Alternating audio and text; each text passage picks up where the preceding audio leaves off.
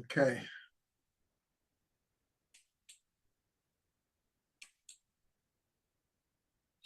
Welcome everyone to Journeys Through the Books of the Prophets.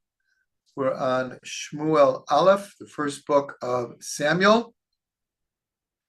And we're picking up the story in chapter 3, where Shmuel is already being raised in the Mishkan, in the tabernacle in Shiloh, by the high priest Eli.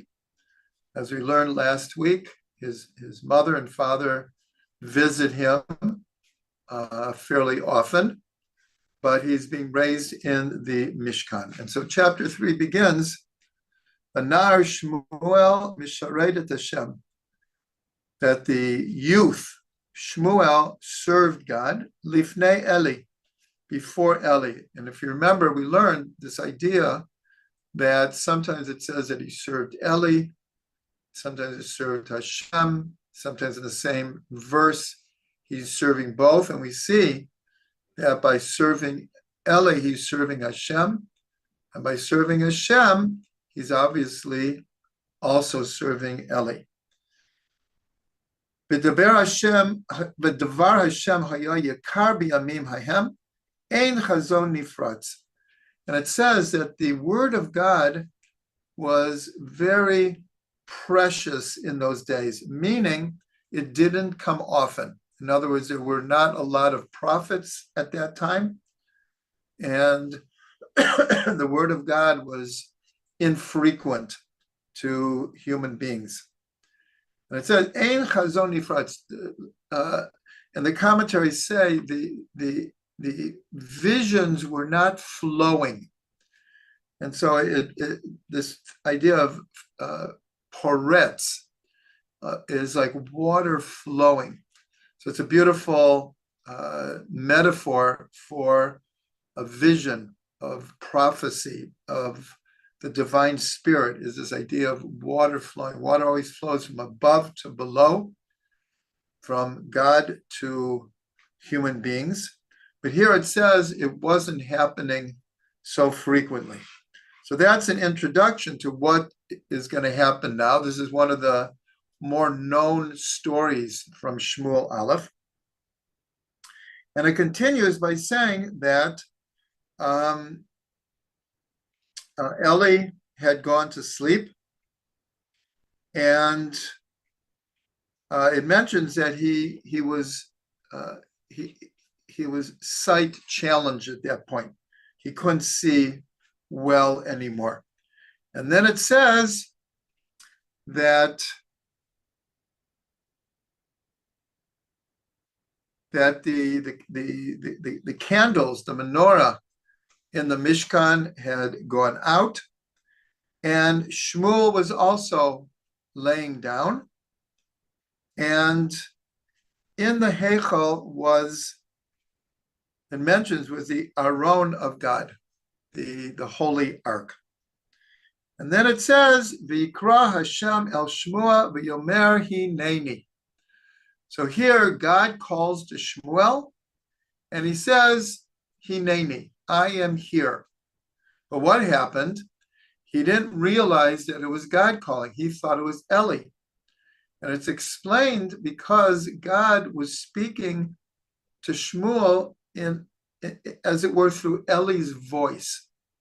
Now this is very, very similar to the burning bush. We've seen a number of comparisons, and we will continue to see comparisons between Shmuel and Moshe.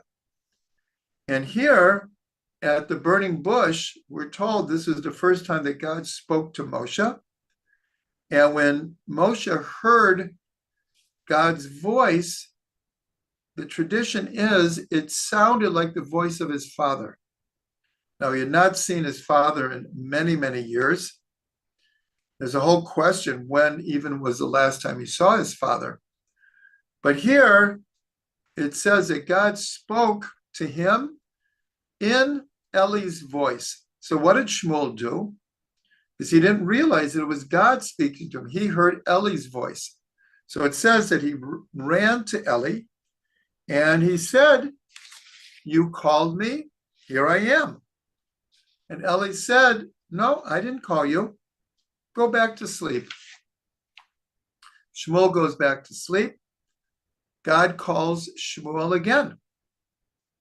Again, in Eli's voice, he gets up, he runs to Eli. And here we see the commentaries tell us that it's telling us something very important about Shmuel. It didn't say that he walked to Eli or he laid in bed for another 5 minutes wondering if he really heard. It says he got up and he ran to Eli. That is who Shmuel is. But a second time, Eli says, I didn't call you. And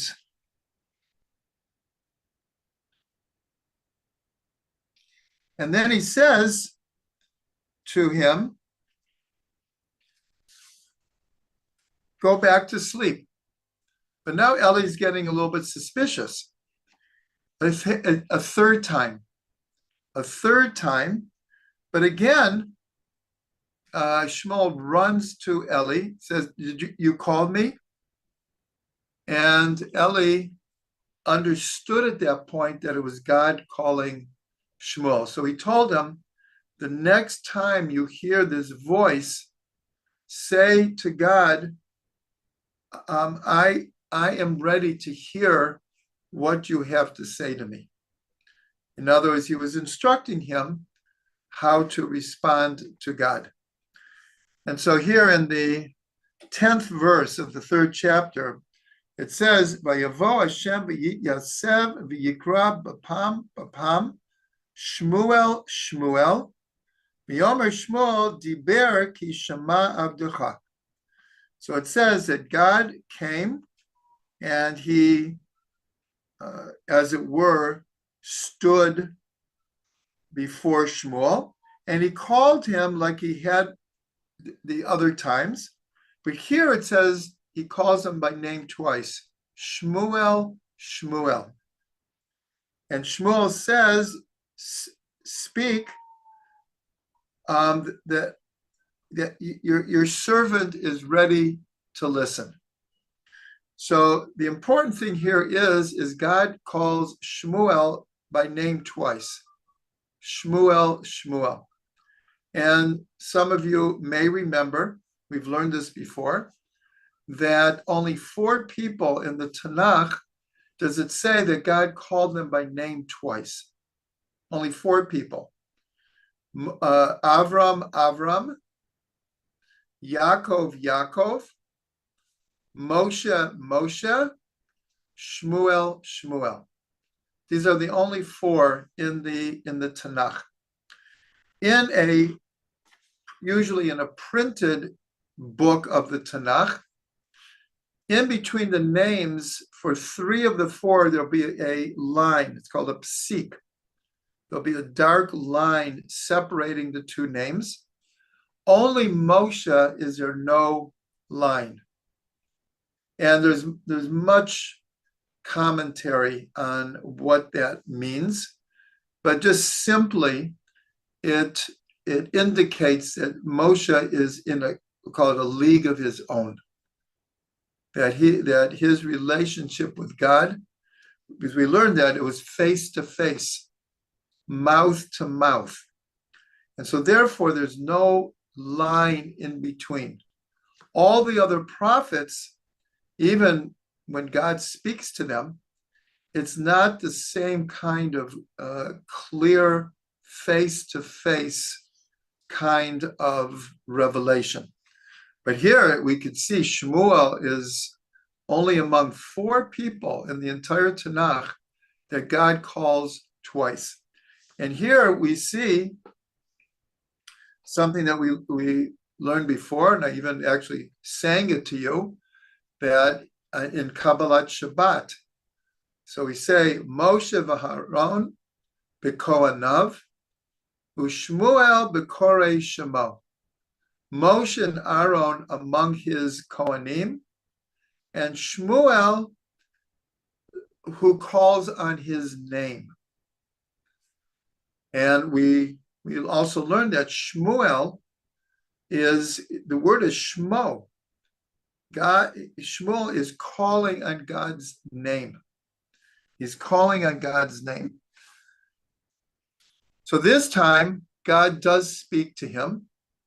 And in short, if you remember, Shmuel's father, Elkanah, the previous chapter, and all it says is Ish Elokim, a man of God came to Eli and basically told him that because not only is his son's sinning, but Shmuel has not, Eli has not stopped them. And we saw last week that finally Eli speaks to them, but it's not a heavy language. It's a very soft language. And Elkanah was a prophet. And he came in the name of God. And he told Eli that his house would be cursed. His lineage would die out. Shiloh would no longer be the resting place of the Mishkan, and that his two sons would die on the same day. So here, God comes to Shmuel, and he doesn't repeat word by word, but he reveals to Shmuel that this is what's going to happen to Eli, his sons, and his lineage. And so you can imagine Shmuel, of course, loved Eli, and Eli loved Shmuel. But here Shmuel is getting this prophecy from God about the demise of Eli's family and his whole lineage. So Shmuel didn't want to tell Eli. He goes back to sleep, and in the morning, Eli comes to him and says, I know that God came to you and spoke to you. Tell me what he said. And the text says that Shmuel revealed everything to him. He didn't hold anything back because Eli told him, don't hold anything back. Tell me what God said to you. And in the 18th verse, so after Shmuel hears this, so he says, Vayomer Hashem hu atov, Hashem hu atov be'einav yaseh. So Eli said, what is good in God's eyes, he will do. In other words, Eli is accepting what is going to be here. He accepts responsibility for not just his sons, but that he didn't make a big enough effort to stop them corrupting the service in the Mishkan.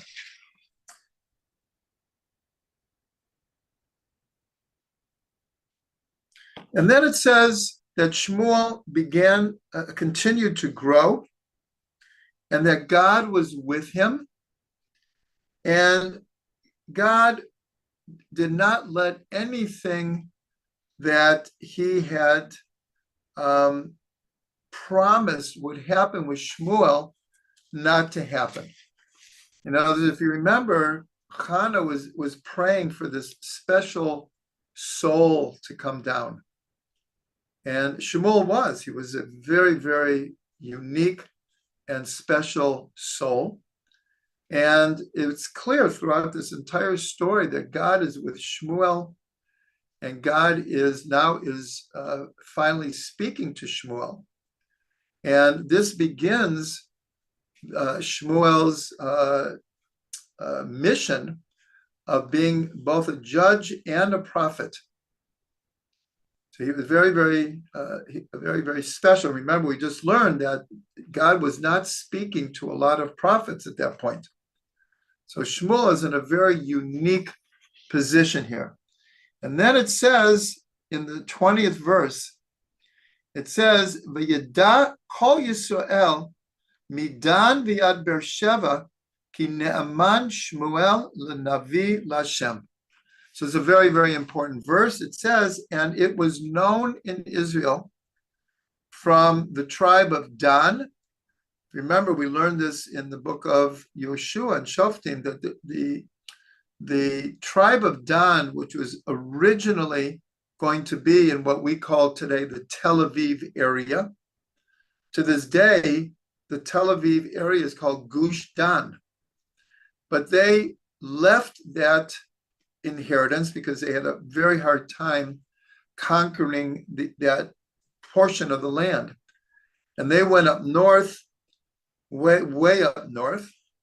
So here it says that all of Israel, from Dan till Beersheva, Beersheva, of course, is in the Negev, everyone knew that Shmuel was faithful and was now a prophet of God. So here we see that up to now, Shmuel, we followed his pre-birth, to his birth, to his being raised as a young child, to growing up, to being a nar, which we understand is a little bit older. And now we see that everyone, because remember, Shmuel is in the Mishkan in Shiloh, and people came to Shiloh, and he was a shining light. Everyone saw this. So at this point of the story, we'll just say that enough people had come into contact with Shmuel and saw what a holy neshama he was. And then it was known throughout all of Israel that Shmuel is a prophet of God, and he's ne'eman, he's faithful. So here we see another connection with Moshe. We've seen this throughout this whole story, and especially in the 98th Psalm, where we say, Moshe v'Aharon b'Kohanav, Moshe and Aaron among the Kohanim of God, u'Shmuel b'Korei Shemo. And the sages say that Shmuel is compared to both Moshe and Aaron. In other words, he was on the same level, more or less, than Moshe and Aaron. And about Moshe in Parshat Bahalotcha, the book of Bamidbar. So God says about Moshe, B'kol beiti ne'amanhu, in all of my house, he is the faithful one. This is when God is explaining to Miriam and Aaron his relationship with Moshe. And he says, B'chol beiti ne'amanhu, in all of my house, he is the most faithful. So here, Moshe is called Ne'aman, and Shmuel is called Ne'aman. So we get a feeling of what a great soul Shmuel was. And then the chapter 3 ends by saying that God continued to reveal himself to Shmuel in Shiloh. Shiloh is still the place of the Mishkan. We're going to see at a certain point, it ends being the resting place of the Mishkan and the Aron. Now we begin chapter 4, and here we're going to start to go a bit faster. There's a lot of details here. Here it says that that Shmuel spoke to all of Israel, and Israel went out to war against the Philistines. So here there's a question, was Shmuel telling them to go to war? So it's not clear from the verse what he was saying to Am Yisrael. Most commentaries understand that he saw this war coming, And his word to Israel was, you better do tshuva. You have a very formidable enemy here. And there was still a lot of idol worship going on in Israel. And Shmuel is warning them. Another explanation is that for this prophecy about Eli's house and the sons of Eli meeting their end, it was going to happen through this war. So it's not clear what Shmuel's message to the people were and what God's intention was here. But in all cases, Israel goes to war against the Philistines, because the Philistines, in that time, they were our perpetual enemy. And this is going to continue through the life of David, that the Philistines in Gaza and the cities around Gaza were the primary enemy of Israel in those days, even back to Shimshon, Samson. We see the same thing. So this went on for generations. So Israel goes to war against the Philistines to try to push them away, and they are terribly defeated. It was a terrible slaughter, and thousands of Jews died in the war. And so the people were like, what went wrong here? We can't just leave this situation like this. We're in a worse situation than before. And so the idea was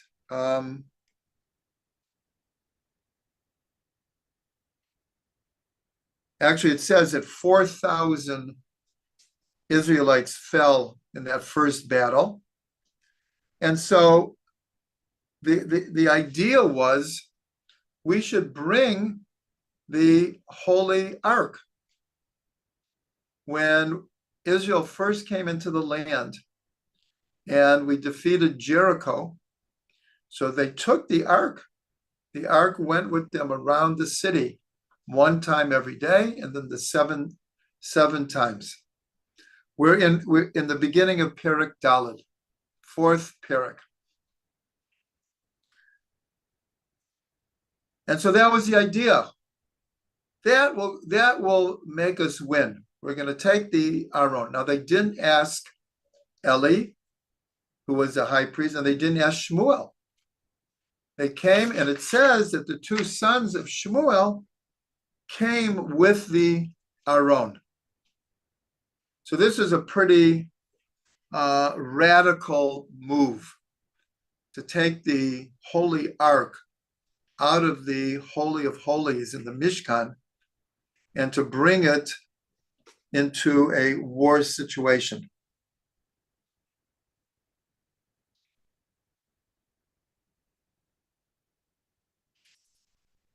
So here there's a whole discussion, and it goes back to the Chumash. It goes back to the desert, where there is a certain disagreement among the later sages. Was there one Holy Ark, or were there two? Because in different verses, it mentions how the Ark went before Israel. And the question is, and also when Moshe first receives the two tablets, so it says that he made an Aaron, but this is not the Aaron that in this week's Parsha, Truma, that is commanded by God. And so there are those that say that there were two Aaron, one that stayed permanently in the Holy of Holies, and one that would go out on occasion to lead Israel as they went through the desert. And perhaps that was the Aaron that went with them to defeat Jericho. Others disagree. Others disagree and say that the one that Moshe made, that was a very temporary thing, and it wasn't the same thing as an Aaron Kodesh. But here, it seems that they took the Aaron Kodesh from the Holy of Holies, and they brought it out to war. And when it says, when all of the soldiers saw the Aaron Kodesh, everyone were like jubilant. This is how we're going to defeat the Philistines. And they like yelled and roared. And when the Philistines heard this, they somehow figured out it must be that the Ark of God is with the Israel army. And they were scared. They were scared because in their eyes, it wasn't just that the Ark was there. God was with the Ark, with the Israel army. And they were very, very fearful. Nonetheless, they went back on attack. And this time, it was a terrible slaughter. The Philistines defeated Israel.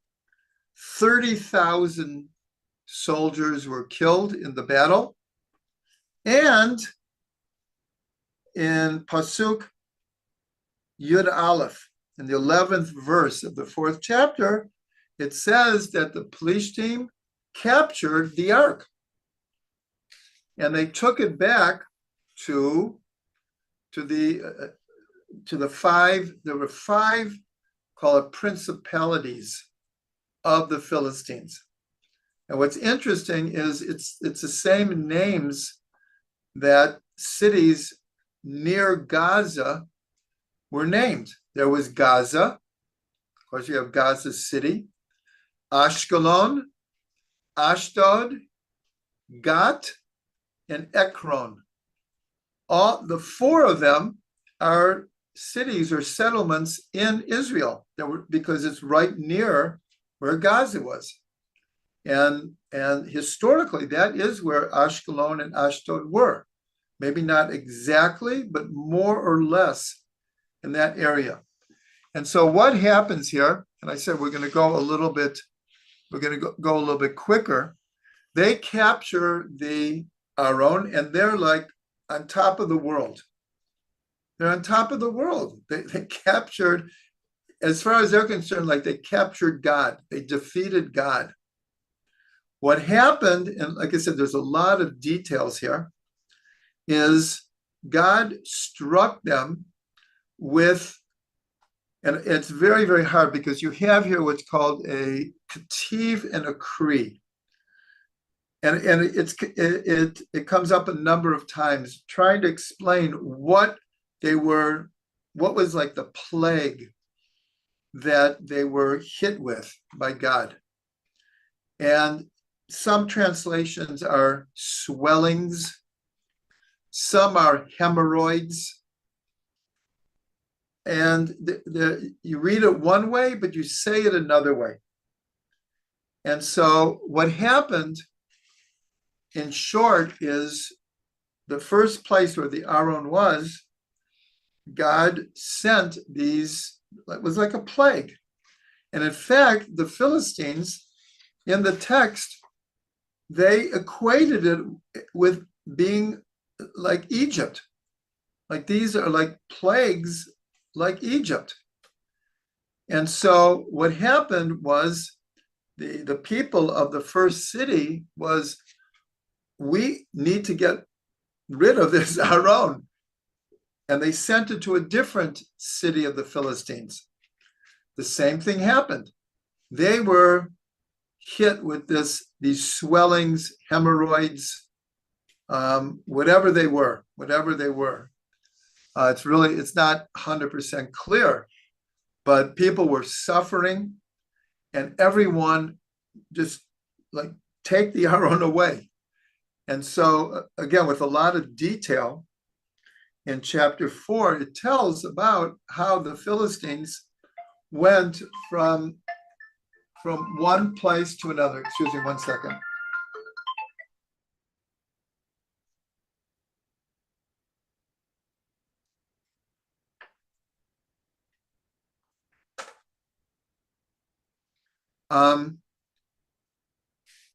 So that's what happens here. What I didn't mention is the following, which is very, very important, is that one of the soldiers goes back to Shiloh, and 1 second.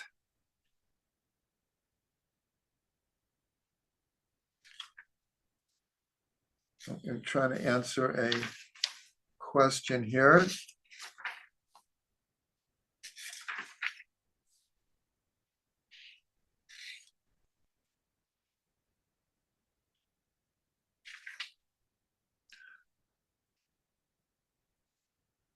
Okay, actually, what I just described is already in chapter 5.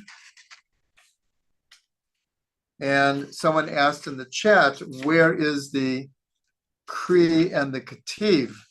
In other words, for the different names of these swellings.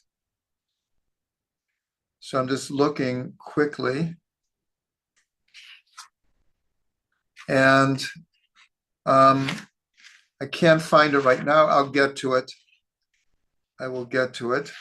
But I want to go back right now because I skipped a really important thing here, is that one of the soldiers goes back to Shiloh, because what happened in the war where 30,000 soldiers were killed, the 2 sons of Eli were killed, and the ark was taken. And so this is the fulfillment of the prophecy that Elkanah gave to Eli and that Shmuel gave to Eli. This is how it's playing itself out. And so one of the soldiers goes back and he tells Eli, okay, so Dara found it. It's in the 5th chapter, the 6th, 9th, and 11th verse. 2 different words for these swellings. And again, it's not clear exactly what they were. They could have been boils, swelling on the skin. Many people translate it as hemorrhoids, which are very painful. And so he goes to Eli and he tells him that your 2 sons have been killed and the Aron has been captured. And so what it says, it's in the 4th chapter, the 13th verse. It says that he was sitting on his chair, and when he heard the news, he was in such shock, and it apparently more, not to lessen his shock that his 2 sons had died, but when he heard that the ark was captured by the Philistines, it says he fell backwards from the chair and he broke his neck and he died. And the Arizal says that Eli was, or at least part of Eli's soul, was the soul of Aharon. And if we remember the whole story of the golden calf, even though Aharon in his own mind was doing his best to stall the people so that Moshe would return. And nonetheless, he was like the agent through which the golden calf was made, not on purpose, but he was the one who said, everyone bring me your gold, and thinking that who's going to want to give up their gold. But his plan went awry. They brought the gold, and he was hoping to get rid of it, so he threw it in the fire. But the tradition is that through sorcery, the golden calf came out of the fire, and so Aaron, for the rest of his life, felt responsible for the golden calf, even though he certainly didn't mean it. But the Arizal says he was never punished for it. He ended up being the Kohen Gadol. But the Ari says that a part of his soul was reincarnated in Eli.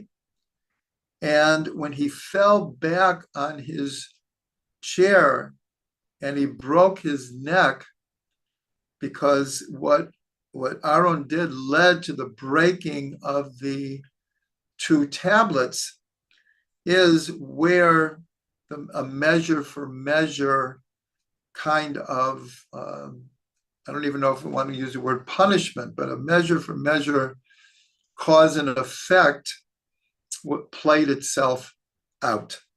That's a Torah from the Arizal. And then it says that at that time when Eli dies, his daughter-in-law was pregnant and she was about to give birth.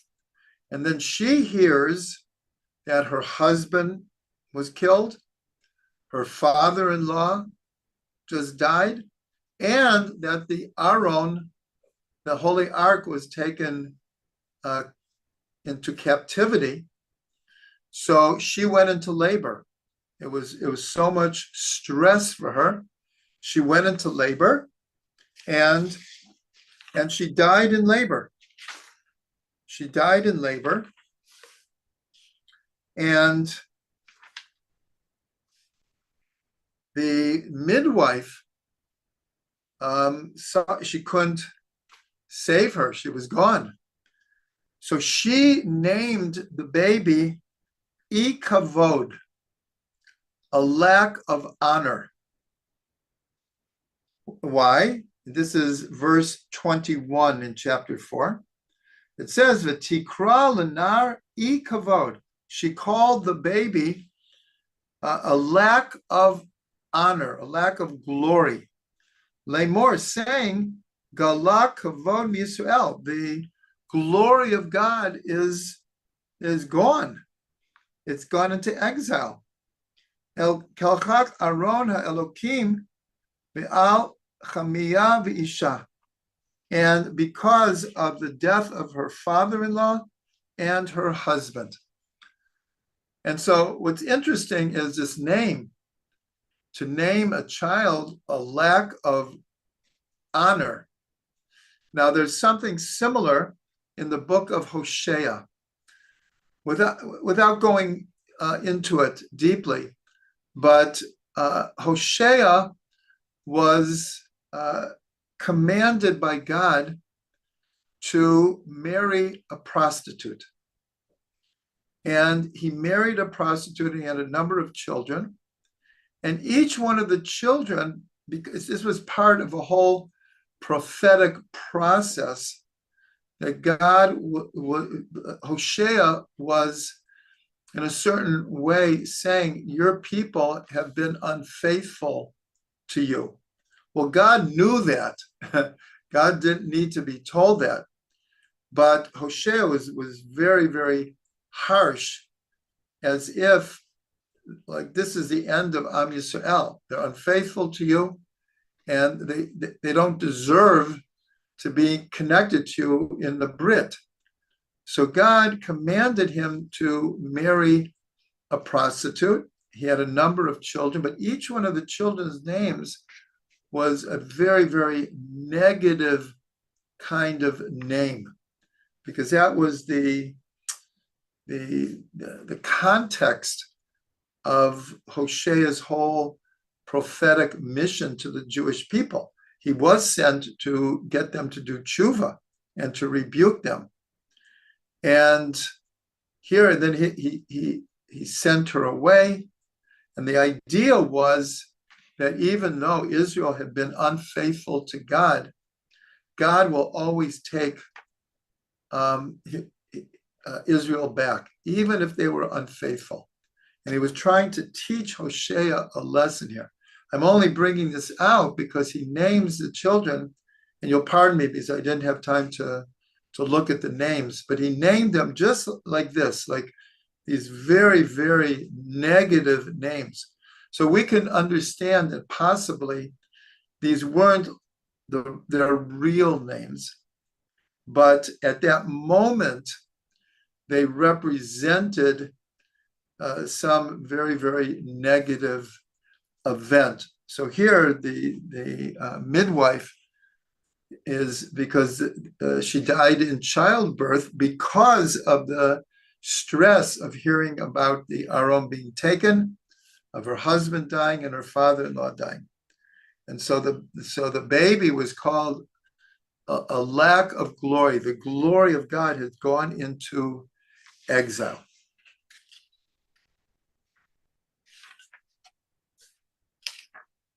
Okay, now in chapter 5.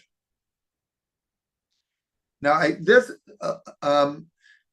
now I'm going to go back. I kind of said it in general, this idea that wherever the Aron was, in whatever city of the Philistines, these terrible swellings, hemorrhoids, boils came upon them, and each city wanted to get rid of it. Now we're going to go back, and the name of one of their gods was Dagon. What's very interesting is here in Israel today, one of the major intersections leading into Yafo, Tel Aviv, where Rishon LeZion is, kind of like the big intersection. You go in one direction to Rishon LeZion, and if you go straight, you're going towards Yafo, Tel Aviv, and it's called Beit Dagon to this day, because again, all these names, not that anyone's worshiping, but it's just a historical remembrance.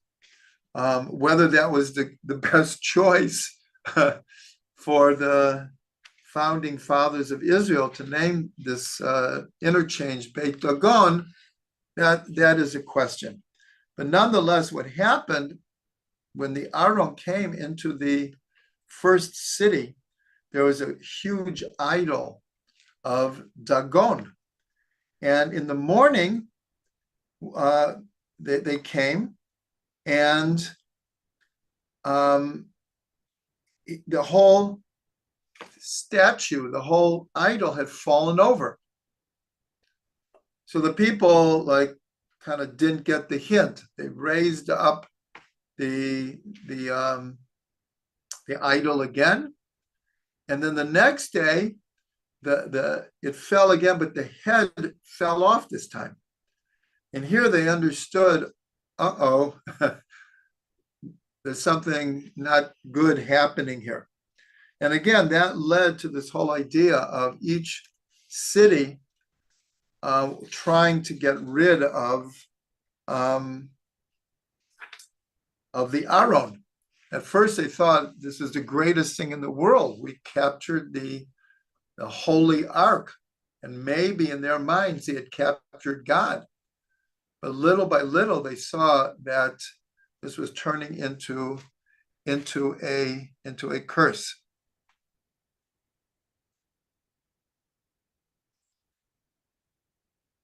So then now we're in chapter 6. And chapter 6 begins Vayihi Aron Hashem b'stei Pelishtim sheva chodeshim.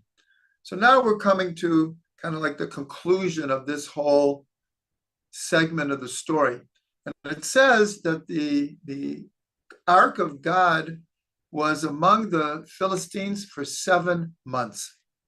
One of the commentaries, very, very interesting, says, why do we have to know that it was 7 months? He says it was mida keneged mida. It was a measure for measure, because if you remember in Bereshit, that Avram made a treaty with those who lived in the area of the Philistines, with Avimelech. And later, the sages criticized Avram for making this pact with the Philistines. They didn't criticize that he didn't want to go to war with them, but Avram went out of his way to kind of make a treaty with the Philistines. And later, the sages criticized him for it. And part of the treaty that he made, he brought 7 sheep. And they offered them as a sign of the agreement that they were making. And this is also near to Beersheba. And so here the Beersheba means the well of 7. So there were 7 lambs. It was close to Beersheba. And so here, this commentary says it was the ark was by the Philistines for 7 months as a kind of like a measure for measure, hinting that Avram shouldn't have made this treaty with them in the first place. And then the Philistines were like, what are we going to do with this ark?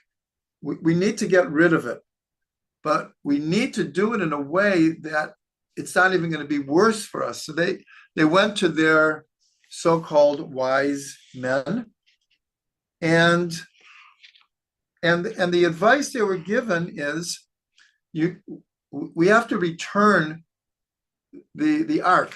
It's like it's a curse for us, but we should do it in the following way: that they took some oxen that had never been worked, and they made a wagon, and they put the ark on the wagon, and they included in a box 5, and this is hard to understand, 5 golden swellings or hemorrhoids. Not clear how they did that, but it was some approximation of what they thought the swellings were. But now they made them in gold, and also 5 golden mice, because along with everything that was happening, there was also like a plague of lice, of mice in all of their fields. And as I explained before, they connected this to the plagues of Egypt. And they felt like this was like the same thing happening to them. And so they wanted, just like when Israel left Egypt, we asked for all kinds of presents from the Egyptians, and the Egyptians laid it on Israel. So here it was kind of the same thing. We'll return the ark, and we're going to return it with presents. And then it's out of our territory, and we can get back to normal life. But they made a decision. They wanted to know, like from a spiritual point of view, did all of this happen just by accident, or was God behind all of this? Was God cursing us for taking the Aron, or maybe it was just a coincidence that all of this happened? So they said, we're going to put the Aron in this carriage, and we're going to set the oxen in a certain direction. But we're not, after that, we're going to see where it goes. If it goes towards Beit Shemesh, then we know that this is all from God. But if it goes someplace else, then maybe it was just coincidence. In all cases, let's get rid of it. So that's what they did, and they set these oxen free, and sure enough, they went straight for Beit Shemesh. Now, why Beit Shemesh? We could theorize that Shimshon was from the Beit Shemesh area, and back in the book of Judges, so he was like the great enemy of the Philistines, and he was the one who defeated the Philistines, and then after he was captured, he was the one who brought the whole house down on thousands of Philistines, including all of their priests and their leaders. And so it could be that they still associated Beit Shemesh area. And actually, that's where Shimshon is buried, is in the mountains right above or across from modern Beit Shemesh. But we understand that the modern Beit Shemesh is in more or less the same place as the ancient Beit Shemesh. And so these oxen go to Beit Shemesh. And here we have a very interesting thing, because in the 12th verse of the 6th chapter, it says, V'yisharna haparot b'derech al derech Beit Shemesh. And I just want to look up the translation here.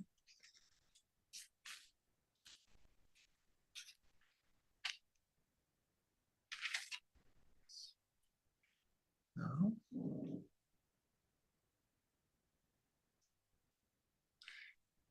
Here the translation is, see, the word Vayisharna can be understood as from the word Yashar. They went straight towards Beit Shemesh. But interesting, the sages, the same word Vayisharna means that they sang. They were singing. Now, this is straight out of Perek Shira, this midrash where every creation has their song. So the sages discuss what verses were they singing. And there's like 10 different opinions. There's all these different opinions, what they were singing, different verses from the prophets, from Tehillim. But it's interesting because, again, in the English here, it says that they went straight. Bisharna, Yashar. Actually, in Israel, it's a big joke.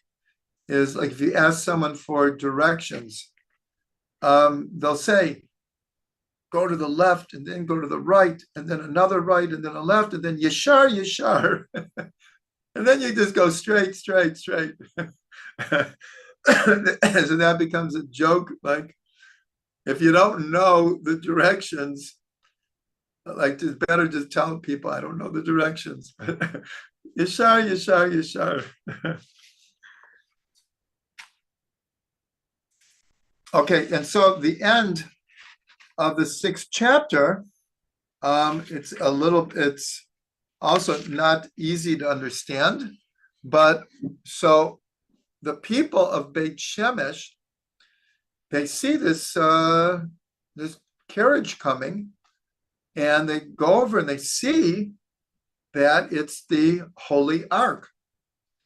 And of course, everyone had heard that the Holy Ark had been taken. And here it's not easy to understand, but they took the Aron from the carriage. They offered up offerings. The people seemed to be very, very happy and very thankful. Nonetheless, God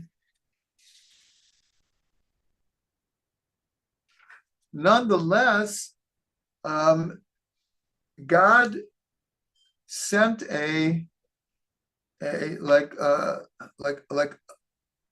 we'll call it a plague, and it says v'yach. This is verse 19. V'yach ba'am shivim ish, chamishim elef ish, v'yit'ablu ha'am ki chika Hashem ba'am makah gedolah. So it says that God struck them 70 men, 50,000 men, and the people mourned because of this. And they said, Mi yochol la'amod lifnei Hashem ha'elokim hakadosh hazeh El mi ya'alem aleinu. And they said, like, who can handle, who can deal with, who can relate to such a God?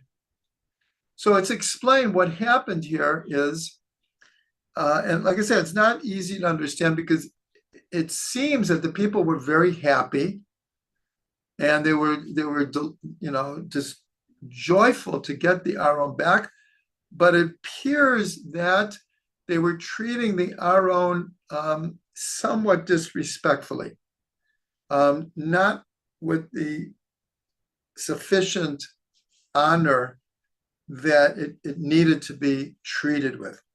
So it doesn't spell out exactly what they did. Now, this is very similar to another story that is also in the book of Shmuel that we'll get to in the life of David. When David is bringing up the Aron to Jerusalem, and it hits a rock and it's about to fall off, and one of the people just tries to stop it falling off the Aron, and he dies immediately. And David was very upset. He was very, very upset because the person was trying to stop the Aron falling off and getting destroyed or blemished. And so this story here seems to be somewhat similar. And this is also the idea that there was a certain energy around the Aron Kodesh. For those people remember Raiders of the Lost Ark, the final scenes. Well, they didn't totally make it up. In other words, there was this idea that there was a tremendous energy coming, surrounding the Aron Kodesh. We'll get to that story with David HaMelech. But here, so what does it mean that God struck 70 men, 50,000 men? And so almost all the commentaries seem to say that it's talking about 70 men who were equal to 50,000 men.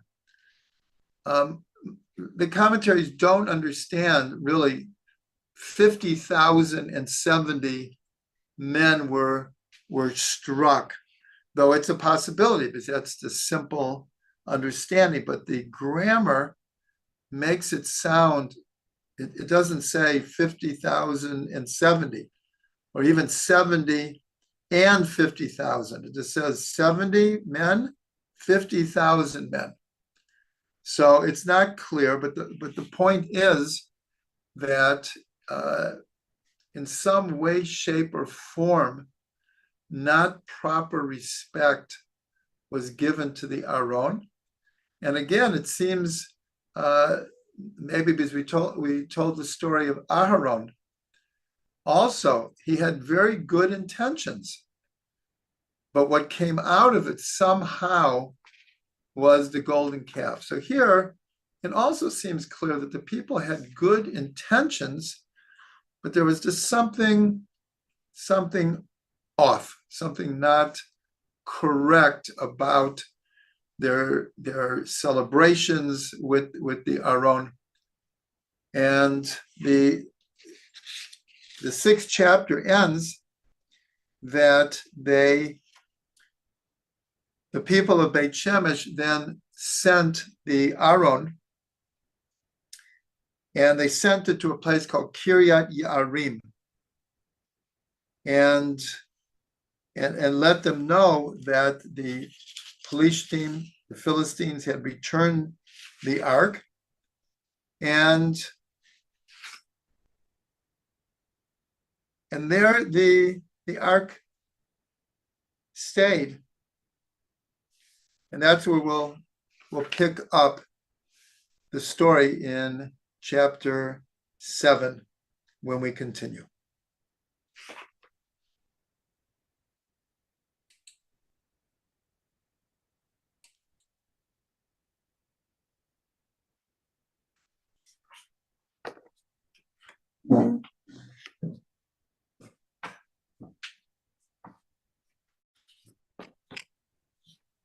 Okay, as always, we're going right into the Haftarah.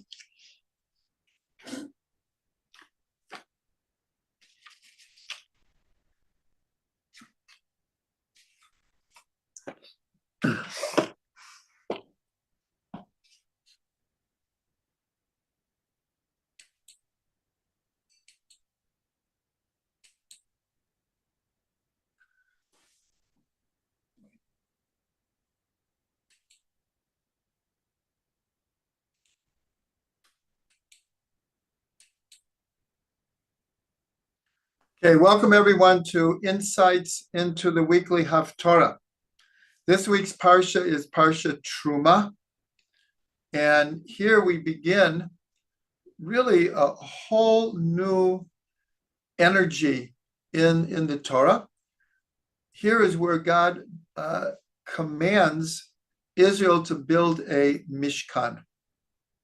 We're in approximately a little bit past halfway through the book of Exodus. The next 5 parshas, except for the incident of the golden calf, is all about making the tabernacle in the desert. 5 parshas. And then almost the entire book of Vayikra, of Leviticus, is about the service in the Mishkan. So this week's Parsha marks a decisive change in the whole energy and direction of the Torah.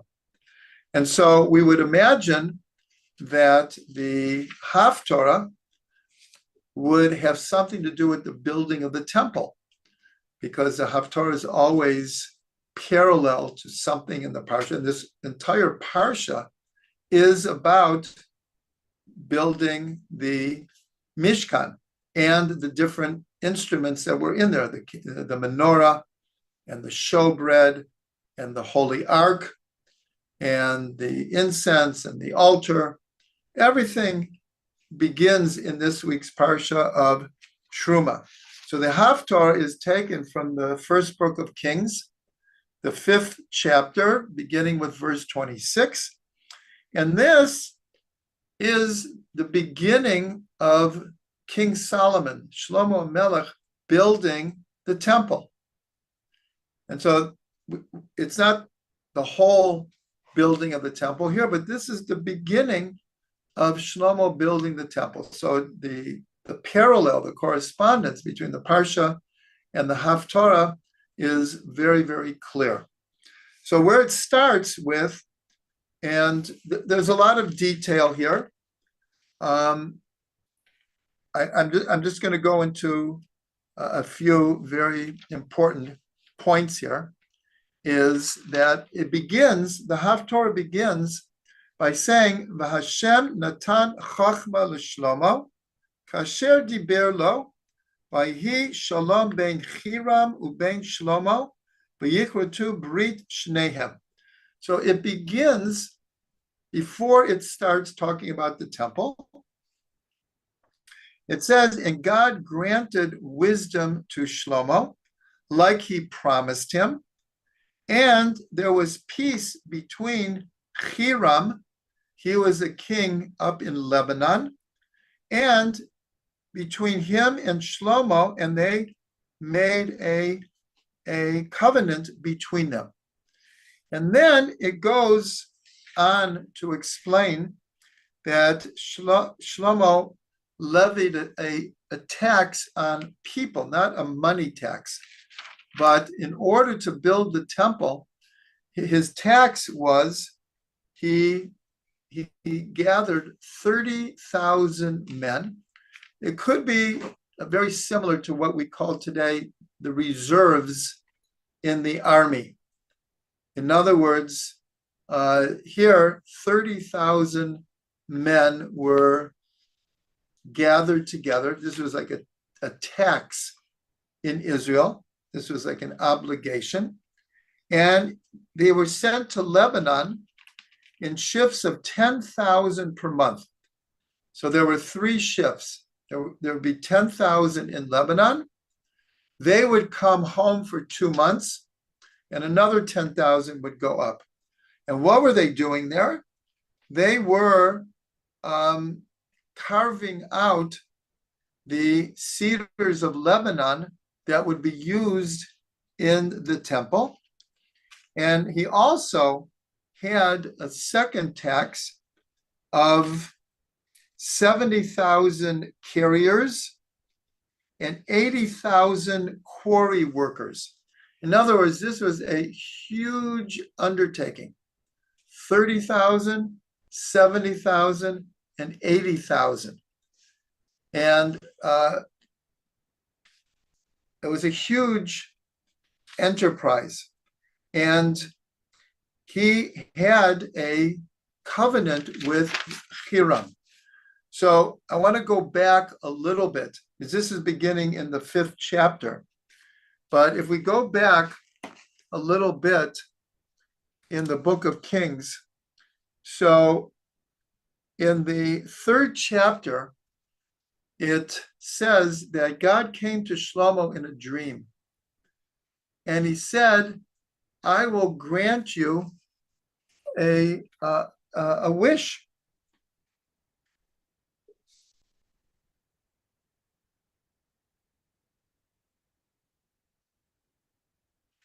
And he said, it's because of my great love for your father, David. What do you want to ask of me? This isn't a dream. And so Shlomo, in the dream, asked God for an understanding heart to judge the people properly.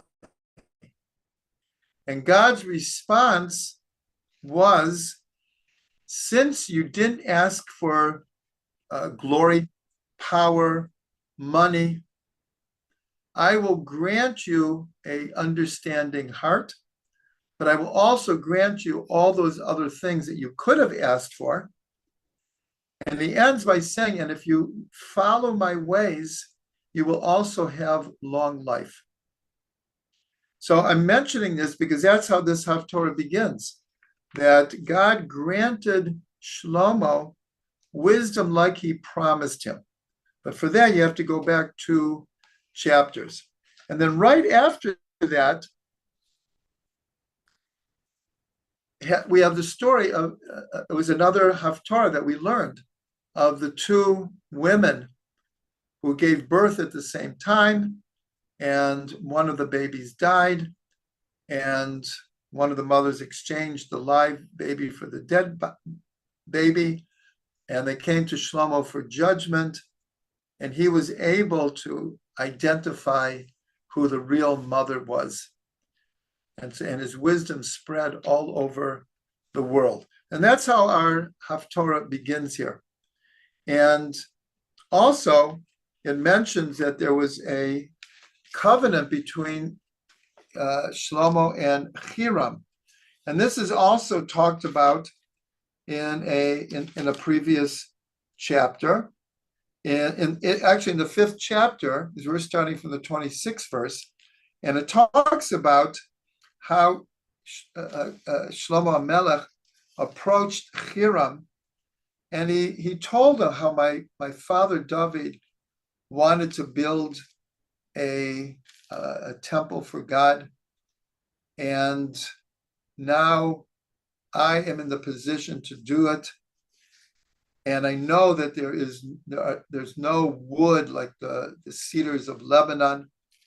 And so basically it was really a financial deal with him, that in exchange for the cedars of Lebanon, so he gave Hiram 20,000 core, we'll call it bushels of wheat, and 20,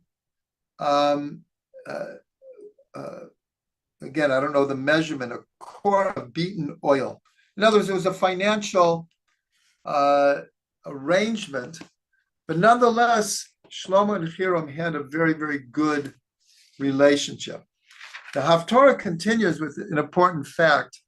The beginning of the 6th chapter says it was in the 480th year after Israel came out of Egypt that in the 4th year, in the month of Ziv, the month of Ziv is Iyar, what we call Iyar, the 2nd month is called here the month of Ziv. Shlomo begins to build the temple. And then there's a lot of details. And we know that it took 7 years to build the temple.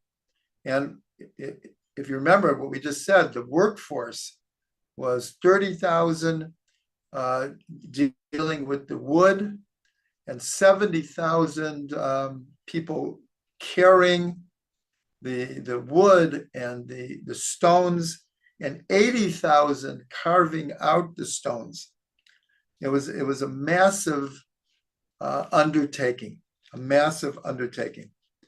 And so the Haftorah ends with God telling Shlomo that if you build this temple, it needs to be that you'll follow my decrees and observe my commandments. And if so, I will dwell among you, and I will never forsake the people of Israel. The implication is, if you don't follow my ways, then the temple will not be able to continue to exist, and my presence will not be in the temple as I've promised. And according to tradition, on the very day that Shlomo HaMelech inaugurated the temple, he married the daughter of Pharaoh. And the Midrash says that even though the temple was in existence for 410 years, that on the very day that it was inaugurated, already the seeds of its destruction were sown. And another Midrash says on the very day that the temple was inaugurated and Shlomo married the daughter of Pharaoh, that 2 reeds were planted in what would become Rome. So obviously these Midrashim are telling us that the seeds of destruction, unfortunately, were existing already in the building of the temple. Because unfortunately, we learned that later, Shlomo kind of went, we'll call it off the derech, off the straight road, and it led to the division of the tribes as something that we're still, in a certain way, spiritually, still suffering for. So that is the Haftorah from the book of Kings, and we can only hope that now that we're back in Israel, God willing, we will see the third temple, which will be an eternal temple, and it will be a temple of God's prayer for all peoples. May we see it soon in our days.